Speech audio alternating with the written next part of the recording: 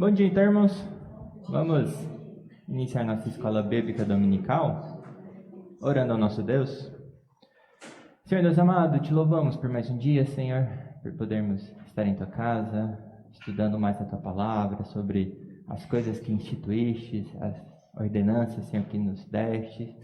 E pedimos que nos ilumine agora com teu Santo Espírito, para que possamos entender, Senhor, tudo que tens para nós, Senhor, e que possamos, assim, viver de acordo com a tua palavra, Senhor, de acordo com os teus ensinos, Senhor, e possamos te louvar e engrandecer o teu nome em tudo que fizermos, Senhor. E pedimos isso em nome de Jesus. Amém.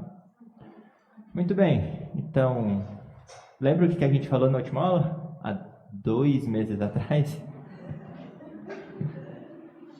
Então a gente está estudando sobre eclesiologia, não é? O que é eclesiologia mesmo? É o estudo da igreja, né? Então, eclesiologia significa o quê? Ou eclesia, né? Significa o quê? Chamados para fora, né? Que é igreja, né? A gente vem a palavra igreja.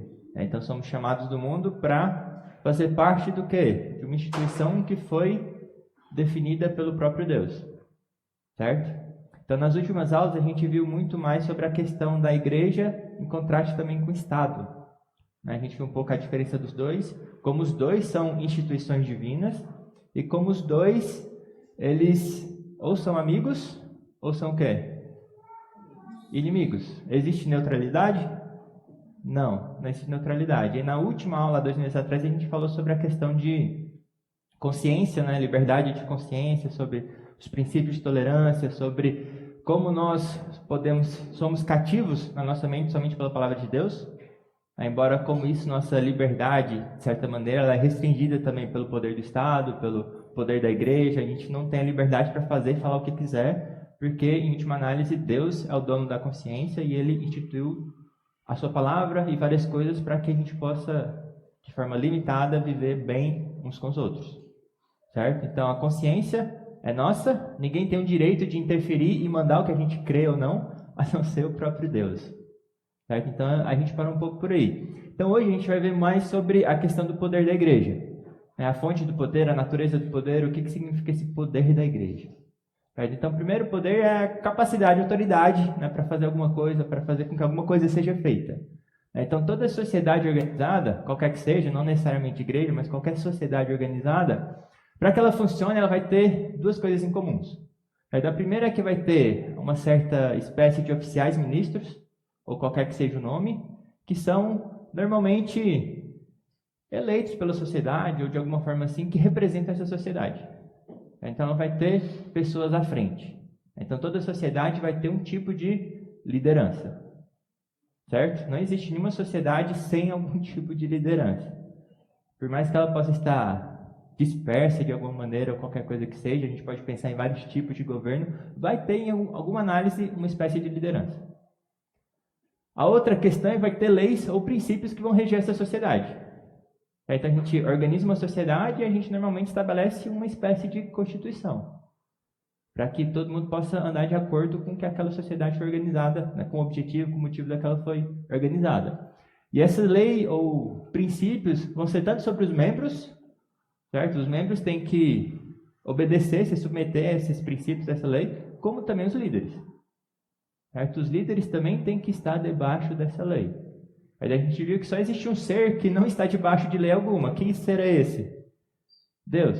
Ele é a própria lei. Ele realmente tem autonomia. Ele anda conforme a sua natureza, as suas características. Não tem nenhuma lei à parte dele que ele se submete, porque ele é o de fato soberano. Agora, todas as outras coisas se submetem a algumas leis. A gente pode ter monarcas aí absolutos, né, soberanos, que foram mais ou menos sem lei, que fizeram coisas terríveis. Então, normalmente se diz que quanto mais poder, mais corrompido é. Pelo menos em questões humanas. Não em questões divinas, porque Deus tem todo o poder e não tem corrupção nenhuma.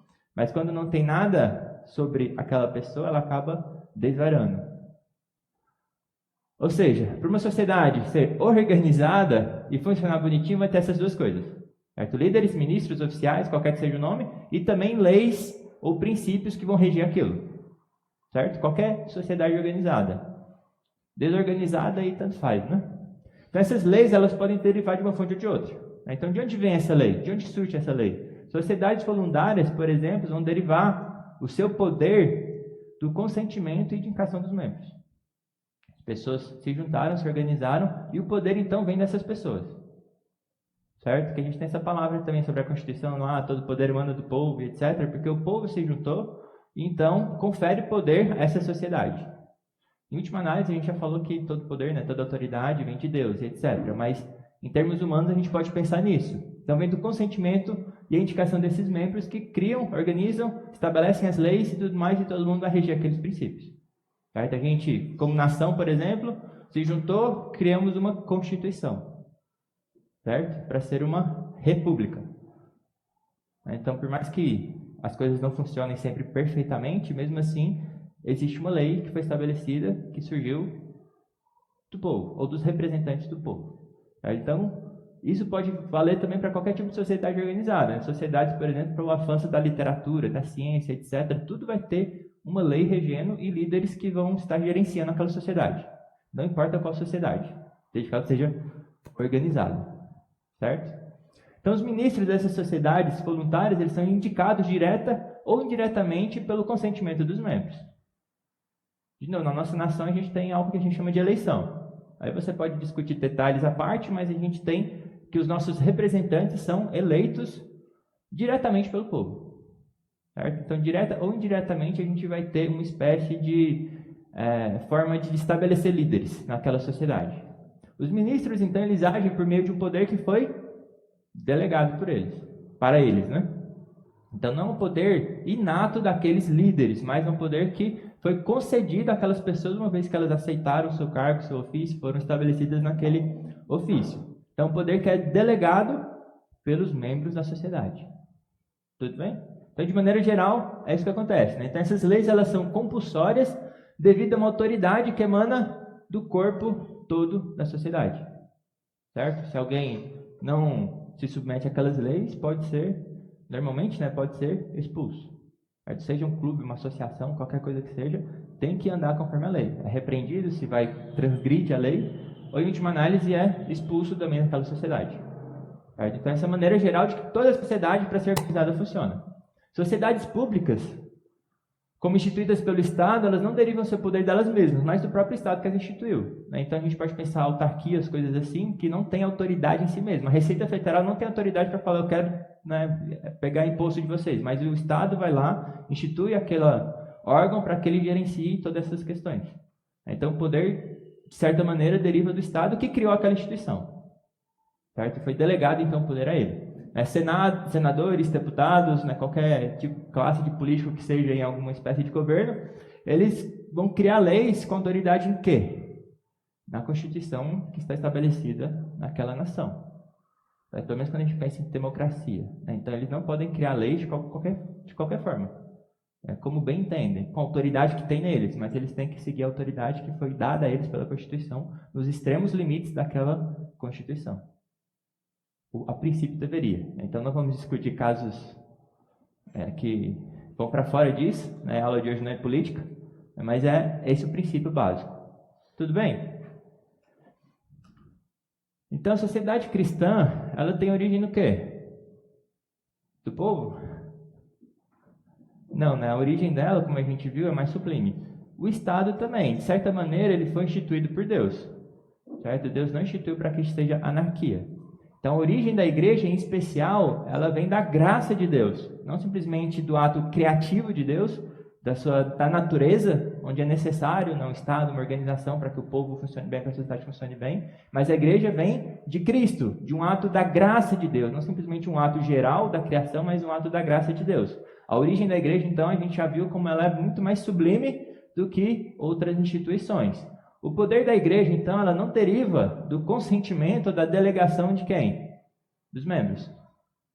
Certo? Então, o poder da igreja que a gente está falando, a autoridade da igreja, ela não depende dos membros, dessa sociedade, dos membros que aderiram a essa sociedade. Mas de uma clara instituição e autorização da parte do próprio Deus.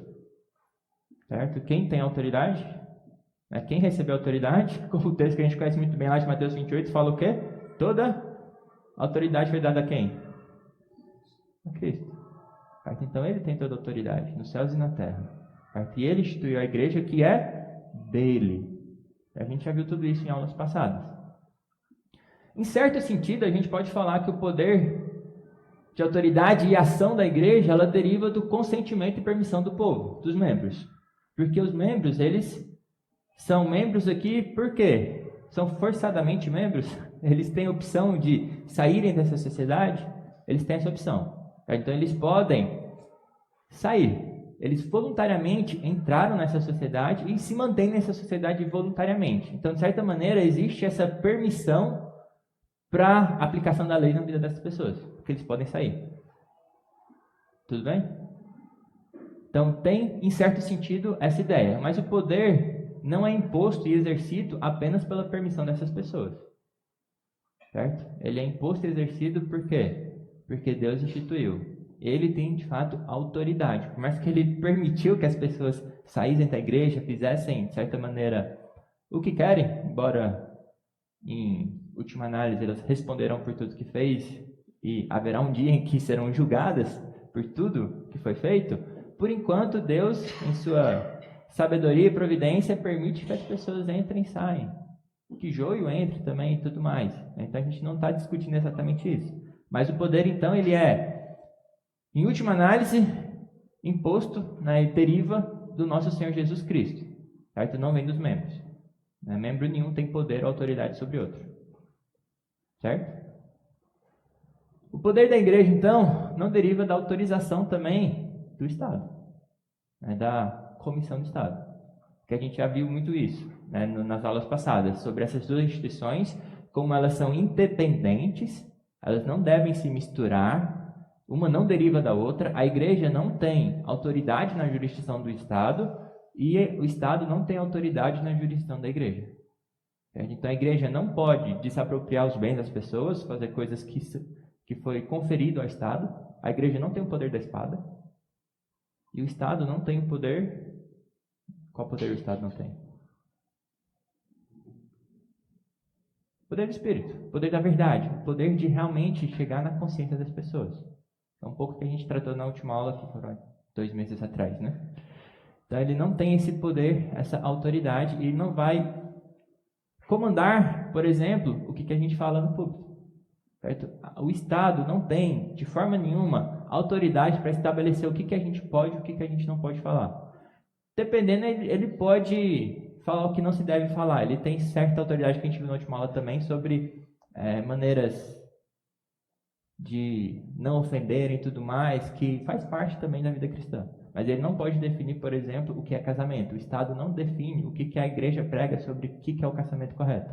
Porque o casamento não é uma instituição do Estado, certo? É uma instituição criada por Deus.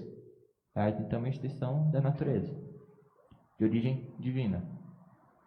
Então, por ser a igreja parte de Deus e não dos homens, o poder dela também não deriva dos homens, não pode ser da parte de homens. Membros da igreja, magistrados do Estado, não têm essa autonomia, essa autoridade em cima da igreja, do poder da igreja, da fonte do poder da igreja. Certo? Então já vimos os fundamentos para isso. Né? A igreja é uma indicação divina. Nós separamos as coisas de César das coisas de Deus. Tudo bem? A origem divina, então, para o poder da igreja, envolve, basicamente, a proposição de que existe um cabeça da igreja. Um somente cabeça da igreja, que é o nosso Senhor Jesus Cristo. Ele é o único mestre, ele é o único legislador, ele é o único juiz. Certo? Isso não implica que só ele que fala aqui, mas outras pessoas falam, mas falam em nome dele. Certo? A gente estabelece algumas vezes tribunais na igreja, mas isso é em nome também de Jesus. Então, em certo sentido, ele é o único mestre, legislador e juiz. Embora ele exerça esse poder, essa autoridade na igreja, através dos líderes, através do corpo da igreja e etc. Mas ele é o único mestre, legislador e juiz. Cristo é tanto o fundador como também o administrador. Mas ele não criou e foi embora. Ele subiu aos céus, está sentado à destra de Deus, governando. E está conosco por meio do Espírito Santo. Então ele não está ausente da igreja, de forma nenhuma. Então ele está administrando também a igreja dele, a vida da igreja e também as nações para o bem da igreja. Como a gente já discutiu isso também em algumas aulas passadas. Então ele é a fonte de vida e influência sempre presente no seu corpo. Certo? Ele é o cabeça do corpo. Sem ele nós não funcionamos, não fazemos nada. Recebemos de Cristo então as suas leis, a Constituição, nós recebemos de Cristo e agimos em nome dele e somos guiados pela autoridade dele. Certo? Então ele é o chefe, ele é o comandante, ele é o dono da igreja. Não há outro dono para a igreja a não ser nosso Senhor Jesus Cristo. Tudo bem? Parte pacífica, né? Pelo menos entre o nosso meio, é uma parte bem pacífica. Então, qual que é a regra que Deus estabeleceu, que Jesus colocou? Qual que é a constituição que nós colocamos sobre a igreja? Também todo mundo sabe de cor, né? Especialmente presbiterianos, a gente costuma falar que existe só uma regra de fé e prática. Qual que é? A Bíblia, a palavra de Deus. Então, a lei do poder da igreja não pode vir do Estado, que não tem jurisdição sobre a igreja, e não vem de seus membros, mas vem de Cristo. Ele é o fundador, o governador, e ele promulga as suas leis, que foi pela palavra de Deus, pela Bíblia. Então, a vontade de Cristo, ela é expressa e é anunciada, uma palavra muito importante, unicamente pela palavra de Deus. Certo? Um princípio que a gente já viu várias e várias vezes, especialmente quando vai chegando outubro, que é só a Escritura. Certo? Deus, ele institui leis, regras e novas revelações de outra fonte a não ser da palavra de Deus? De forma nenhuma, né? Toda a revelação está completa. O cânon está fechado. Não há outra revelação, outra autoridade. Isso acabou com os apóstolos. Os apóstolos, então, são o fundamento da igreja. Não há outro fundamento. Os profetas e os apóstolos, e fechou. Certo? Então, não há outra forma de Cristo governar e estabelecer leis a não ser o que já está revelado na palavra de Deus. Não há novas. Certo? Não há emendas constitucionais, nada disso. Tudo bem? Então a Constituição já foi perfeita de início, não precisa emendá-la nem fazer nada absurdo quanto a isso. Certo? Então não há novas revelações de profecias. Que também nem sempre é um ponto pacífico, mas normalmente costuma ser um ponto pacífico aqui também, né? Então não se pode negar que muitos deveres da Bíblia, elas não se referem ao corpo da igreja, né, como instituição, mas se referem a indivíduos. Certo? Então muitas coisas da Bíblia são individuais, leis ou regras que não são como se fosse uma constituição de uma sociedade organizada. Mas da mesma forma, não se pode negar que há um manual formal e separado para regular os assuntos da igreja. Por mais que ele não esteja em tópicos organizados, divididozinho, como se fosse uma constituição da igreja de fato. Mas há um manual. Certo? Há muitas coisas que são individuais na Bíblia, mas são muitas coisas que foram feitas para a instituição que nós chamamos de igreja. Certo? Há muitos regulamentos expressamente apresentados na Bíblia em relação à natureza do governo da igreja, ao exercício e administração do poder da igreja. E aqui tem vários exemplos, vamos passar por cada um deles. Me ajudem aqui a abrir, por favor. Alguém abre em Atos 6, 1 a 6. Outra pessoa em Atos 15. Outra em Tito 1, 5 a 9. Outra pessoa em 1 Coríntios, não, é lá o tons e tudo mais, é um pouco extenso, senão a gente acaba não vencendo a aula. E eu vou abrir em 1 Coríntios 5.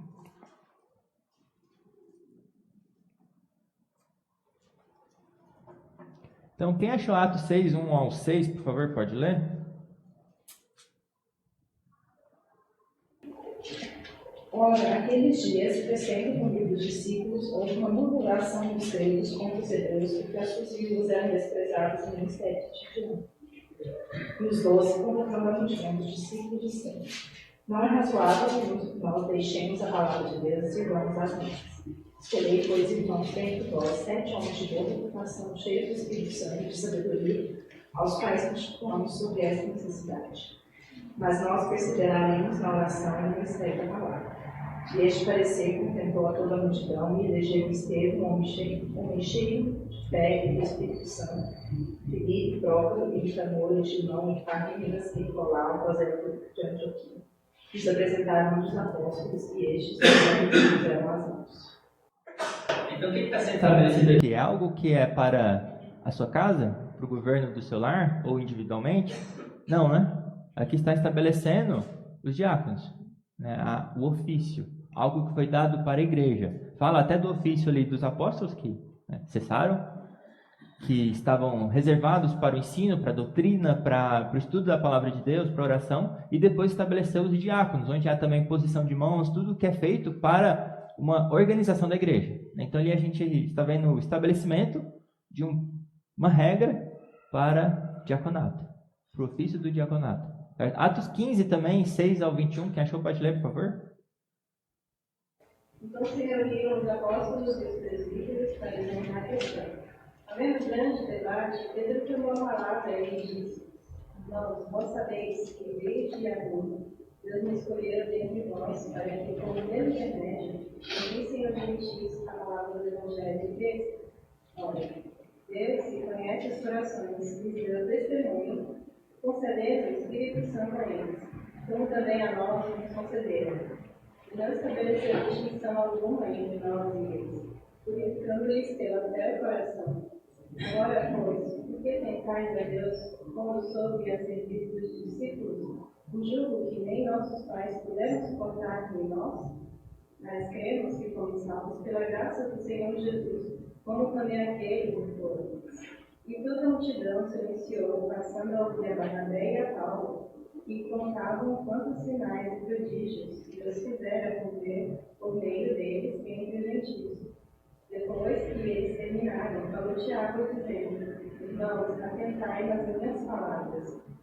Expôs Simão como Deus, primeiramente visitou os gentios, a fim de constituir dentre eles um povo para o seu nome.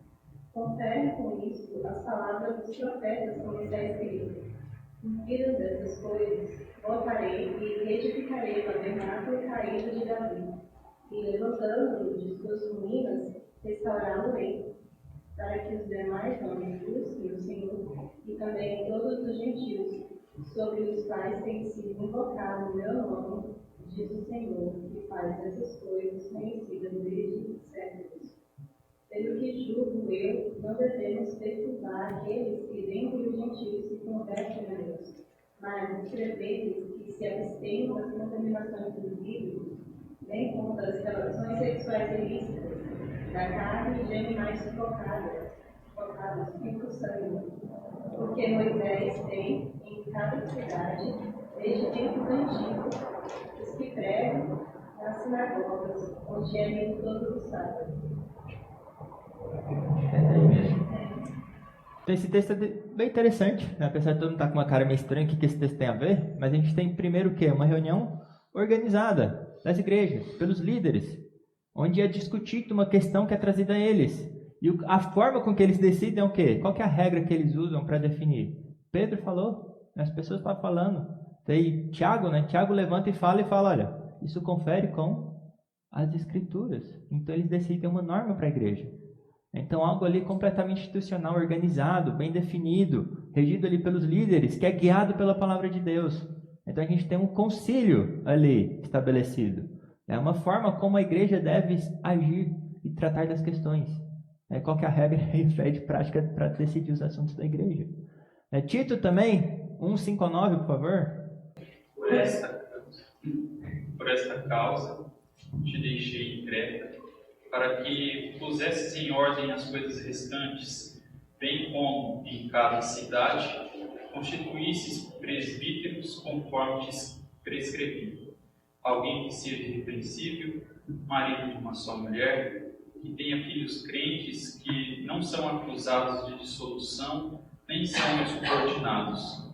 Porque é indispensável que o bispo seja irrepreensível, como dispenseiro de Deus, não arrogante, não irascível, não dado ao vinho, nem violento, nem cobiçoso de torpe ganância.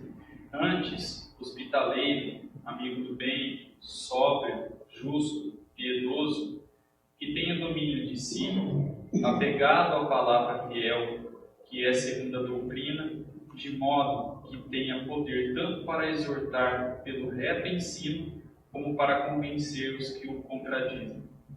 Então, os líderes não uma parte insignificante da igreja, e a Bíblia deixa muito claro quem pode ser.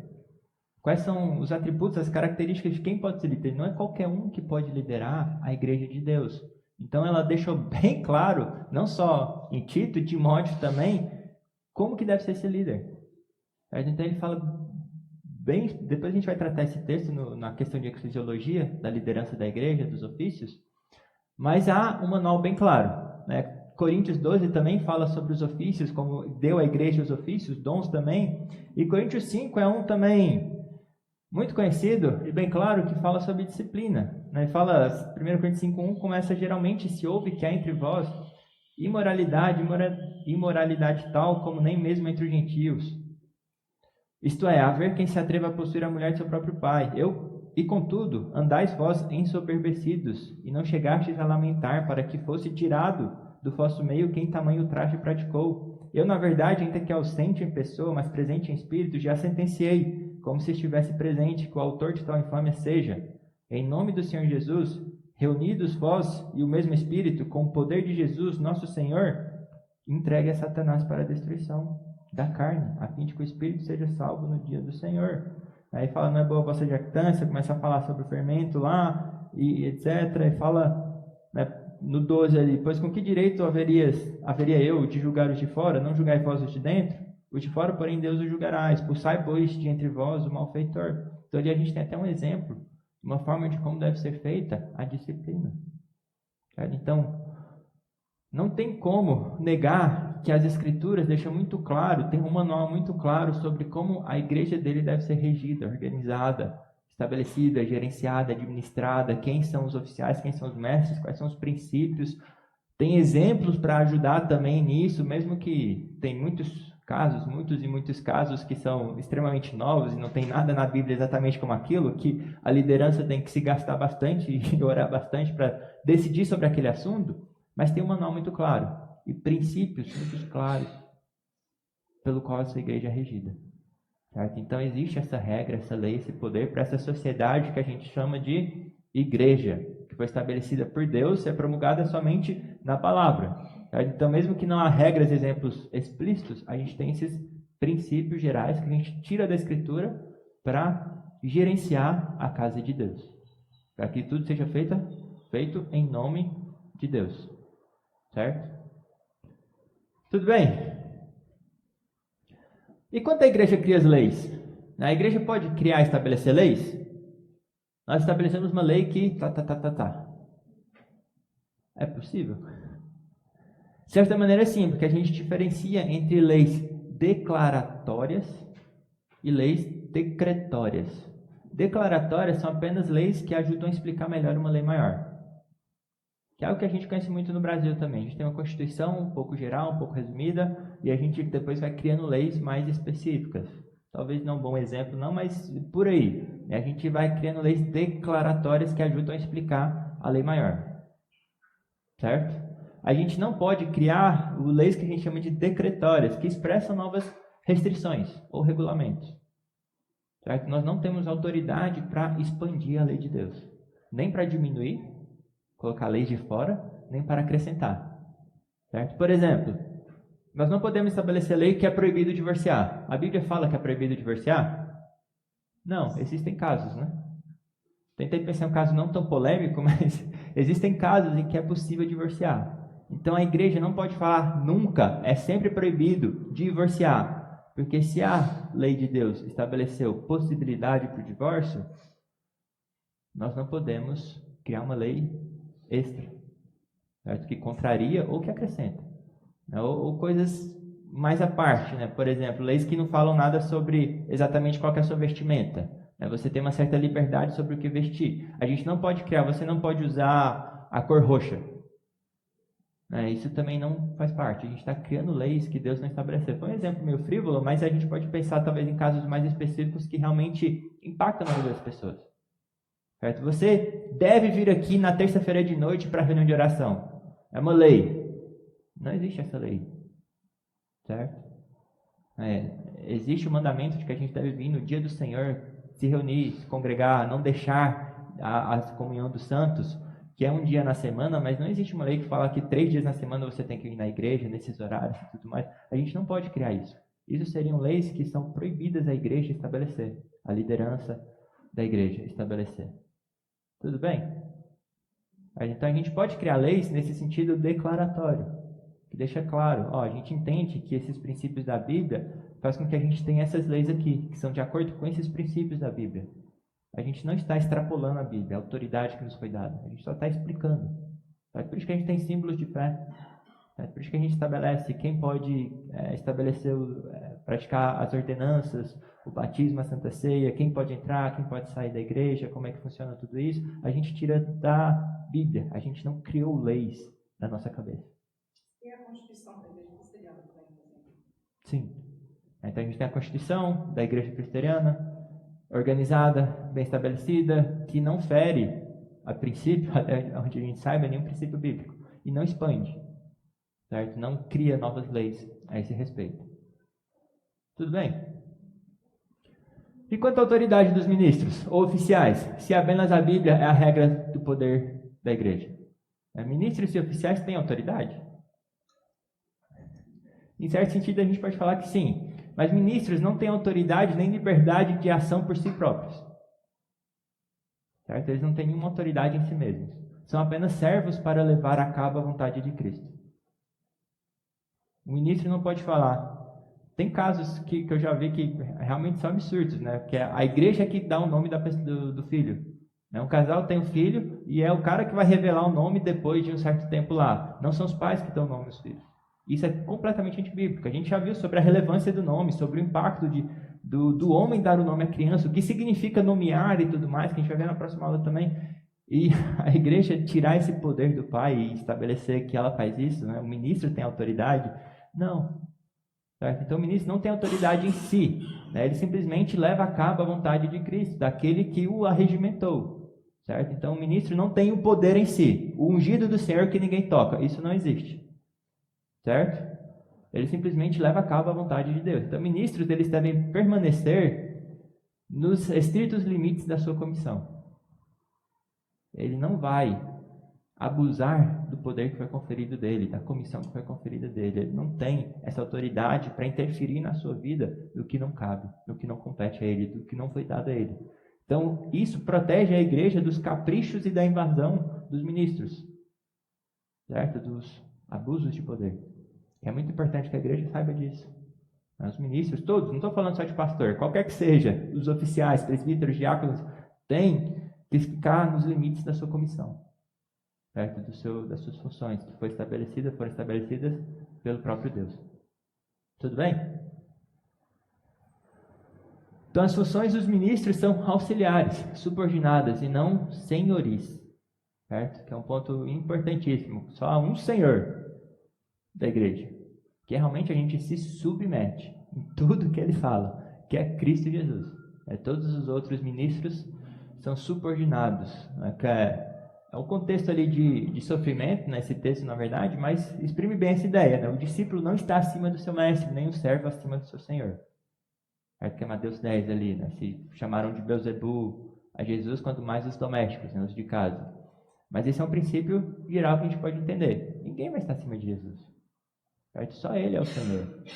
Todos os ministros oficiais estão abaixo dele e andam conforme o que ele manda. Deveriam. Qualquer abuso disso é pecado. Certo? E pode ser desconsiderado pelo membro da igreja, porque não vai estar em desobediência a Deus. Pode desobedecer o que o ministro falou, mas não desobedecerá ao Senhor da igreja, ao dono da igreja. Tudo bem?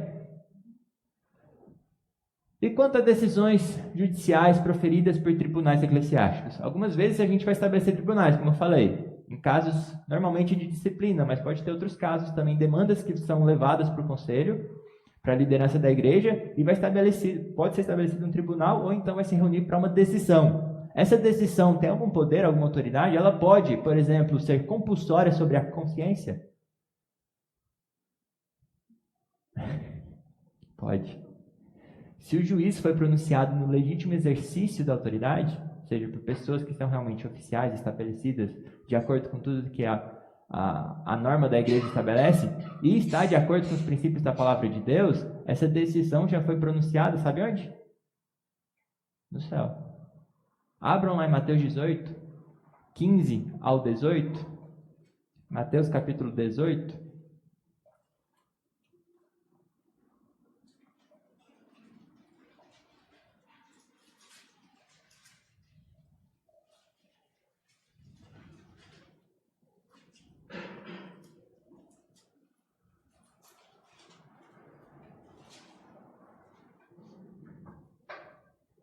Lá está escrito assim: se teu irmão pecar contra ti, vai arguí-lo entre ti e ele só. Se ele te ouvir, ganhaste a teu irmão. Se porém não te ouvir, toma ainda contigo uma ou duas pessoas, para que, pelo depoimento de 2 ou 3 testemunhas, toda palavra se estabeleça. E se ele não os atender, disse-o à igreja. E se recusar ouvir também a igreja, considera-o como gentio publicano. Em verdade vos digo que tudo que ligardes na terra terá sido ligado nos céus, e tudo que desligardes na terra terá sido desligado nos céus. Então esse é um texto que nos mostra a importância de ouvir os nossos líderes. A gente tem um princípio que todo mundo fala sempre com muito fervor, né, que mais importa obedecer a Deus do que os homens, que é verdade, mas quando os homens e o tribunal eclesiástico estabelece uma doutrina, uma palavra, um juízo que é de acordo com a palavra de Deus, foi ligado nos céus. E se a pessoa descumprir, não é pouca coisa. É quando a pessoa desconsidera as coisas da igreja, que estão de acordo com a palavra de Deus, sempre submetidas à palavra de Deus, está desconsiderando o próprio Deus. Quando a igreja desliga, ela tem esse poder que a gente vai ver, né, de excluir membros. Não é trivial isso. Não é algo banal, mas é algo muito sério. Uma decisão que está sendo chancelada por Cristo que está no céu.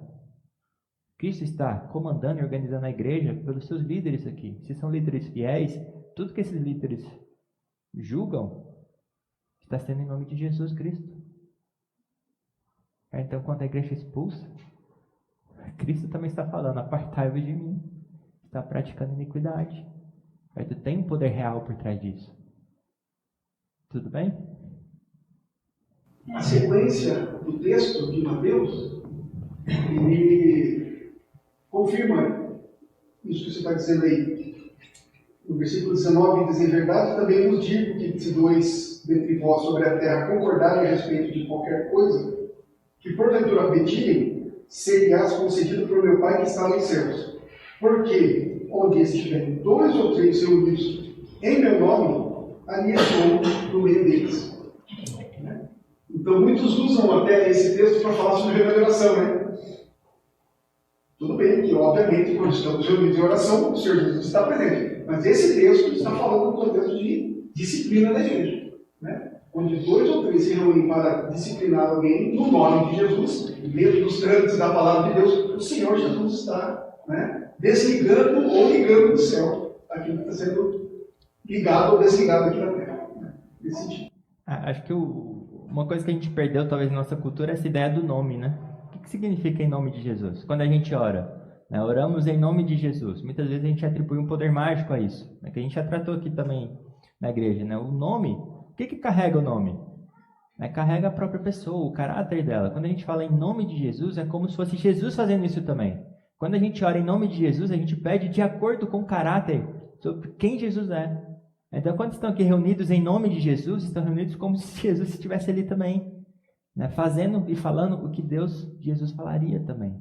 Então, o nome não é algo trivial, não é algo que a gente usa como poder mágico nas nossas orações, muito menos nos tribunais eclesiásticos, é algo que tem relevância eterna, nesse caso. Sim. A disciplina, no caso, ela só pode ser feita no coletivo. Um pastor, por exemplo, não pode fazer isso a nível individual. Não. Até aqui a gente tem essa ideia muito do testemunha de 2 pessoas, que é o que a gente tem no Antigo Testamento, né? Nada é tomado como uma pessoa só, para garantir que a gente vai realmente fazer de acordo com a palavra de Deus. Muitas vezes uma pessoa só vai ter pensamentos errados, né? Interpretações erradas. Quando a gente faz no coletivo, quando a gente não aceita, por exemplo, uma testemunha só, é para garantir que a verdade está sendo estabelecida. Então a disciplina, que é algo realmente tão sério, ela não é feita por uma pessoa só. Ela é sempre feita em colegiado, para garantir a ideia que a gente tem até nos ímpios também, né? As coisas, quando estão questionáveis, vão para um colegiado para garantir que a coisa é bem feita. A Bíblia já estabelece isso há muito tempo atrás. As coisas são feitas não por caprichos de uma pessoa. Certo? Então é importante que seja feita pelo colegiado. No caso da nossa igreja, da Constituição e tudo que a gente faz, o Código de Disciplina é feito pelo Conselho. É estabelecido um tribunal, onde tem todas as regras bem direitinhas lá sobre, né, dar direito à pessoa da resposta, tempo, etc. Tudo feito bem organizado para que para a menor quantidade de erros acontecer. Não que erros não vá acontecer, mas para que a menor quantidade de erros aconteça. Porque, de novo, não é algo trivial. Então, ninguém deveria ter o poder absoluto na igreja para fazer o que quer. Nenhum ministro, presbítero, qualquer coisa que seja. Tá, tudo bem até aí? Agora, então, a gente vai falar da natureza desse poder da igreja. O que é esse poder? Há apenas 2 tipos de poder. Autoridade, que são públicos. A gente tem um poder que é sobre as pessoas e propriedades, que a gente fala de direitos temporais e privilégios dos homens, que é... Quando a gente fala poder sobre as pessoas, que poder é esse? A espada. Poder sobre a vida das pessoas. Então, poder para tirar a vida das pessoas, para confiscar os bens, as propriedades das pessoas. Esse poder que é compulsório, que a gente fala temporal, porque não tem nada a ver com a eternidade nesse sentido. Seria secular, do tempo agora. Ou então, sobre o homem interior. Um poder externo e agora também um poder interno, sobre o homem interior, no entendimento e na consciência, que é delegado à igreja. Então, o poder que eu falei no início, que é o exterior, é delegado ao Estado. O interior, que atinge a consciência da pessoa, é delegado à igreja. Então, nos 2 casos, a autoridade é derivada e subordinada. Deus é soberano. Deus tem um domínio sobre as pessoas e sobre as suas possessões, esse aspecto externo. E delegou esse poder da espada ao Estado. O Estado, então, pode, como a gente já discutiu várias vezes, questão de pena de morte, etc., ele tem essa autoridade sobre a vida das pessoas e sobre a propriedade das pessoas. Pode pedir imposto, pode desapropriar, dependendo do caso, se for para o bem da sociedade, etc. E, de novo, a gente não está discutindo casos extremos, mas, de maneira geral, existe essa permissão, esse poder dado ao Estado por Deus. E o outro, então, é que ele também tem domínio sobre o intelecto e a moral. Deus tem esse domínio. Ele é poderoso e soberano sobre todos esses aspectos e conferiu parte desse poder ao Estado, parte desse poder à igreja. Certo? Então, a igreja tem esse poder sobre a consciência das pessoas, sobre o intelecto. Então, sobre nenhum outro princípio, além de ser mordomo de Deus, estar lá em nome de Deus, é possível explicar esse misterioso e terrível poder de cada governo civil. Afinal, já pararam para pensar o poder sobre a vida das pessoas? Um poder terrível, não é? A espada, até a ideia lá da espada de Damocles, lá, que é o rei lá que está, a princípio, todo poderoso, colocou uma espada em cima dele para saber que tudo é frágil, tudo é temporário, tudo realmente, qualquer hora a espada pode vir e cortar ele. Então a espada, esse poder da espada é terrível. Certo? É um poder realmente misterioso que foi dado ao governo civil. Só é possível entender esse poder tão grande dado ao governo quando a gente entende a mordomia de Deus. Que a autoridade foi dada por Deus, e Deus é que é o soberano sobre a vida das pessoas. Certo? Não é o Estado. O Estado está usando aquilo lá, recebeu a espada, para trabalhar como ministros de Deus. Certo? E tem Romanos 13, que todo mundo já leu algumas vezes na vida, especialmente nesse contexto. Da mesma maneira, não há outra maneira, da mesma forma, não há outra maneira de justificar o poder da igreja de julgar o que é verdadeiro ou o que é falso. Certo? A igreja vai conferir esse poder. Isso é verdadeiro, isso provém de Deus. Isso, de fato, confere com as Escrituras. Isso aqui é falso, essa doutrina, esses ensinamentos, essa filosofia é falsa. Provém de homens, não provém de Deus, não confere com as Escrituras. Esse também é um poder incrível. Estabelecer realmente o que é verdadeiro e o que é falso.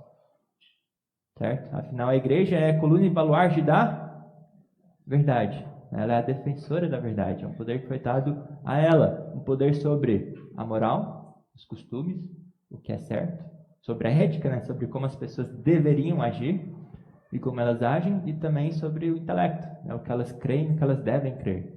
Certo? Então, Deus é soberano sobre o Estado, com esse aspecto exterior e temporal, e sobre o estado interior do homem. Ele é soberano sobre o estado exterior do homem, como também sobre o estado interior do homem. Deus é soberano. A gente não vem com aquela ideia de que Deus, a liberdade de Deus para assim que começa a minha.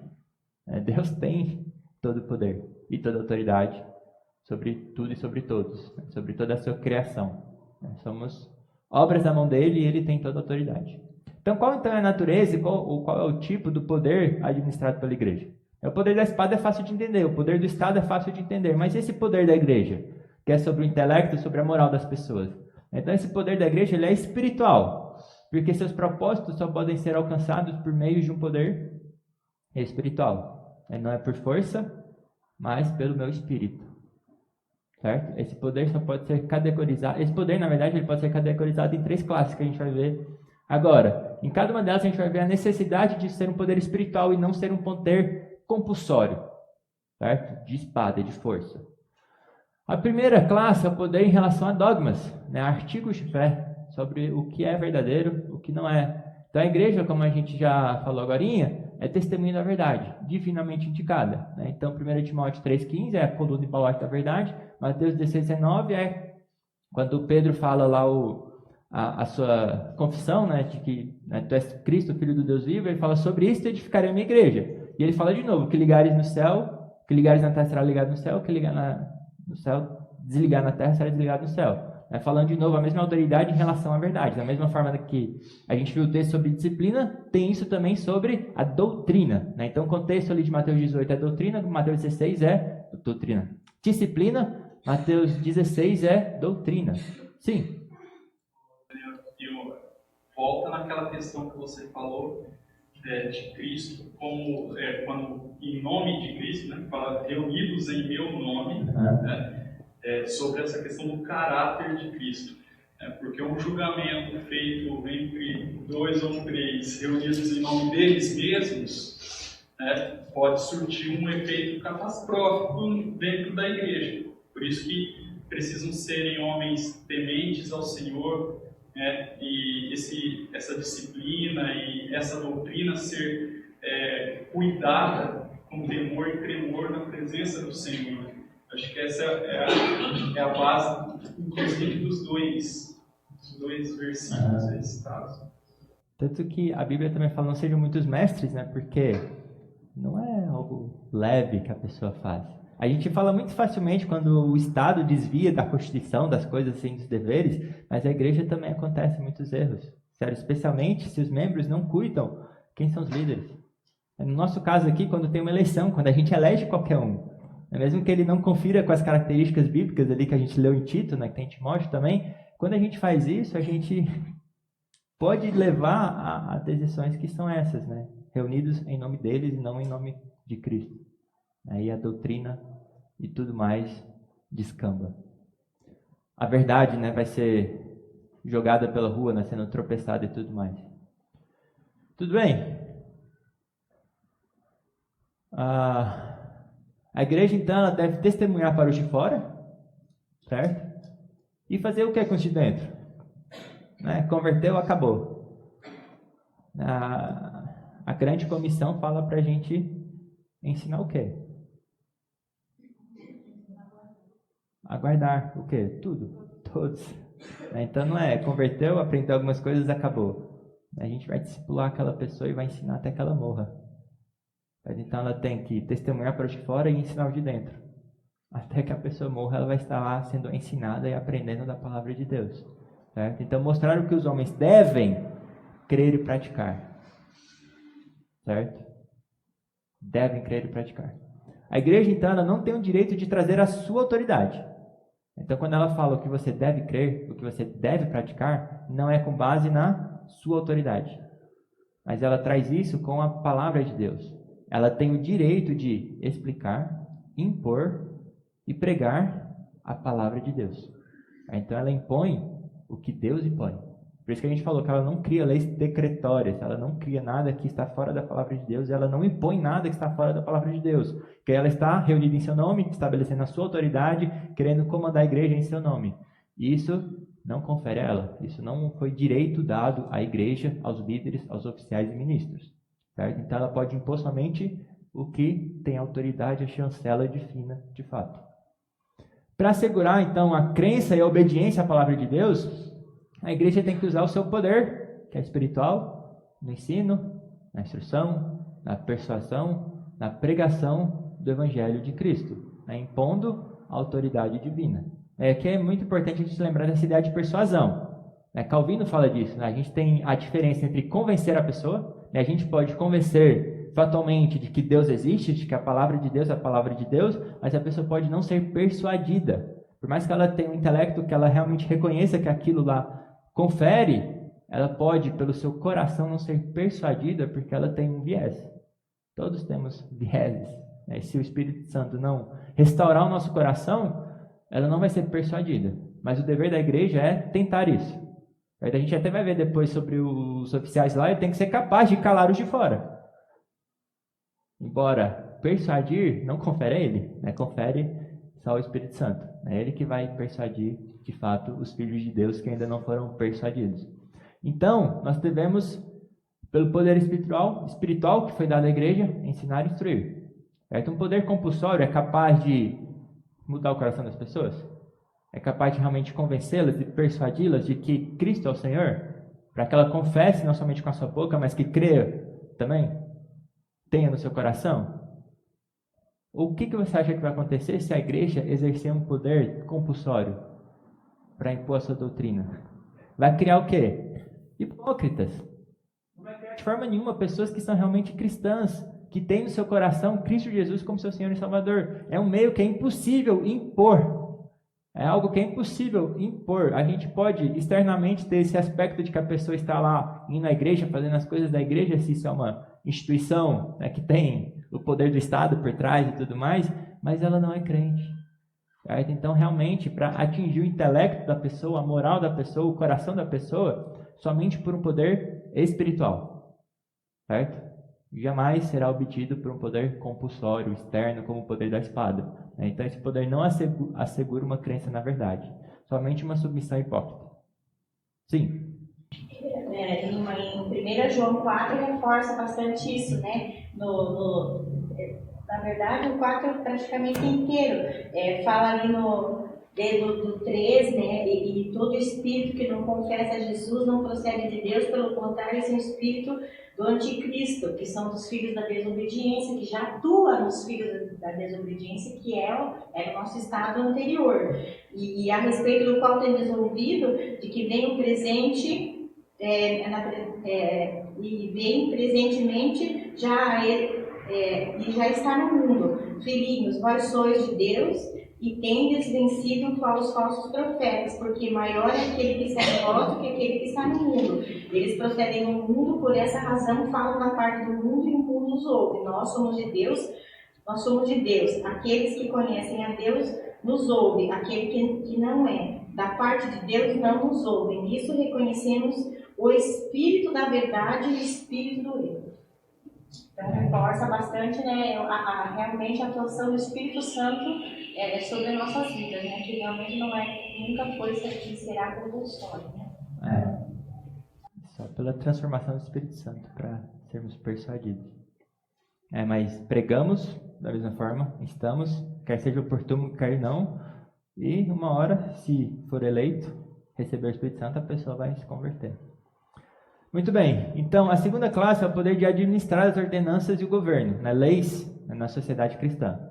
Então é um direito trazer a efeito as instituições, as leis que Cristo apontou, certo? É um direito nosso, né? Sem cativar a consciência de homens para ordenanças novas ou adicionais. Então nós temos o direito de trazer a efeito, né, fazer as instituições, as leis, as ordenanças, os sacramentos de Deus, sem criar novos, né? Cativando a consciência somente para aqueles que realmente pertencem a Deus. Então a igreja ela não comunica nenhuma autoridade ou virtude de si mesma nas ordenanças, certo? De novo, não é o batismo que salva, não é a Santa Ceia que a igreja estabelece ter uma virtude nela administrar, né? Mas apenas dispensa as ordenanças como um canal apontado por Deus, um meio de graça que influencia espiritualmente aquelas que a usam, as ordenanças, por fé. Certo? Então nós temos esse direito e esse poder de administrar as ordenanças, que elas só vão receber os benefícios pela fé delas. Certo? Então, de novo, é algo que não tem como impor. Se a gente impõe, ela vai ser simplesmente amuletos, né? A pessoa vai participar de lá, mas sem realmente ter qualquer benefício. Em relação às leis, a autoridade é apenas, como a gente falou, declaratória. Então a igreja não tem poder temporal ou coercitivo para obrigar a obediência, apenas espiritual. A gente não pode obrigar ela a andar de acordo com a moral que foi estabelecida, por exemplo, pelos 10 mandamentos. A gente pode tentar convencer, mas nós não obrigaremos. Se fosse compulsório, essas ordenanças seriam apenas amuletos, truques mágicos ou obediência mecânica, que é morta e inútil. Certo? Então, nesse sentido, também é impossível atingir esses meios com poder compulsório, somente com o espiritual que convence, que atinge o intelecto, o coração das pessoas. É por meio do Espírito Santo. A terceira classe, então, é o poder em relação à disciplina, que é o poder de admissão e exclusão à comunhão dos santos. Um poder conferido à igreja. Então, a autoridade de lidar com o entendimento e a consciência, confirmando, então, na fé aquelas pessoas, ou então, convencendo das ofensas. Certo? Confirma ela na fé. Você está, pelo menos aparentemente, andando de acordo com a fé que foi dada pelos santos e estamos agora todos andando nela, ou então você está em transgressão. Você está ofendendo. Está em ofensa. Recuperando então os ofensores por meio de admoestação, avisos, censuras, reprovações. E caso esses métodos falhem, o que a gente faz? É o que a gente lê em 1 Coríntios 5. Certo? Expulsa. Entrega a Satanás. Vai ter a sentença da exclusão, da comunhão e das ordenanças. Então, poder dado à igreja. A disciplina, então, também é um poder espiritual, porque ela visa o quê? A destruição da carne a fim de que o espírito seja salvo. O objetivo é para que salve o espírito. O que aconteceu depois na 2 Coríntios? Restaura a pessoa. Se a pessoa se arrependeu, o corpo pode ter sido destruído, mas se o espírito foi salvo, restaure ela a comunhão. Porque ela agora é de Cristo de fato. Então, uma disciplina que não seja espiritual não poderá alcançar esse objetivo. Uma disciplina que não seja direcionada ao entendimento e consciência não vai salvar o espírito. Certo? É igual quando a gente fala sobre tratar criminosos. Se a gente colocar numa prisão, isso vai resolver o caráter daquela pessoa? As punições coercitivas do Estado resolvem o caráter dos transgressores? Não. O objetivo da disciplina não é simplesmente impedir que ela faça algo errado, mas é transformar a vida daquela pessoa. Que é algo que muitas pessoas não entendem sobre disciplina. O objetivo da disciplina não é simplesmente mandar embora, mas é cuidar daquela pessoa. Cuidar dos que estão na igreja, dos que estão no nosso meio, como fala lá em 1 Coríntios, sobre o fermento, o levedato da massa, corromper toda a igreja, e também cuidar daquela pessoa que foi disciplinada. Então, disciplina é algo importante, necessário para a igreja, que visa a salvação do espírito, da alma daquela pessoa. E só pode ser atingido por meio de um poder espiritual e não coercitivo. Então, a natureza espiritual também pode ser derivada de declarações expressas pelo próprio Jesus Cristo, que não vai dar tempo de ver. Nosso tempo se esgotou. Na próxima aula a gente começa a ver isso, são poucas coisas, Quando Cristo fala, são 3 textos, Mateus, 3 textos que a gente termina de ver, onde Cristo fala sobre esse caráter espiritual da igreja. Certo? Na próxima aula também a gente vai acabar isso, a gente vai começar um ponto que é sobre os ofícios, especialmente quem pode ser oficial. E a gente vai tratar uma questão que algumas vezes é um pouco delicada, algumas vezes não, que é sobre o ministério feminino. Então a gente vai falar se pastoras podem existir, se mulheres podem pregar, podem ensinar. Todas essas questões a gente vai começar a tratar na próxima aula também. Então, se você tem dúvidas, traga essas dúvidas. Se você quer defender um ponto também, se você acha que é correto, traga os seus argumentos para a gente discutir. Eu vou tentar trazer vários argumentos que eles usam hoje em dia, tentar expor o que a gente discorda deles e os textos principais, que é 1 Coríntios 14 e 1 Timóteo 2, sobre o ofício feminino, falar o que elas não podem fazer e também o que pode fazer. Então, como é que a gente serve na igreja? Aí depois a gente trata dos homens também, mas a gente vai começar pelas mulheres. O que não se pode e o que se pode fazer na igreja para servir a igreja de Cristo. Então a ideia, de novo, não é ser polêmico, mas tentar entender o que realmente a Bíblia fala. Tudo bem? Alguma questão que vocês queiram falar ainda hoje?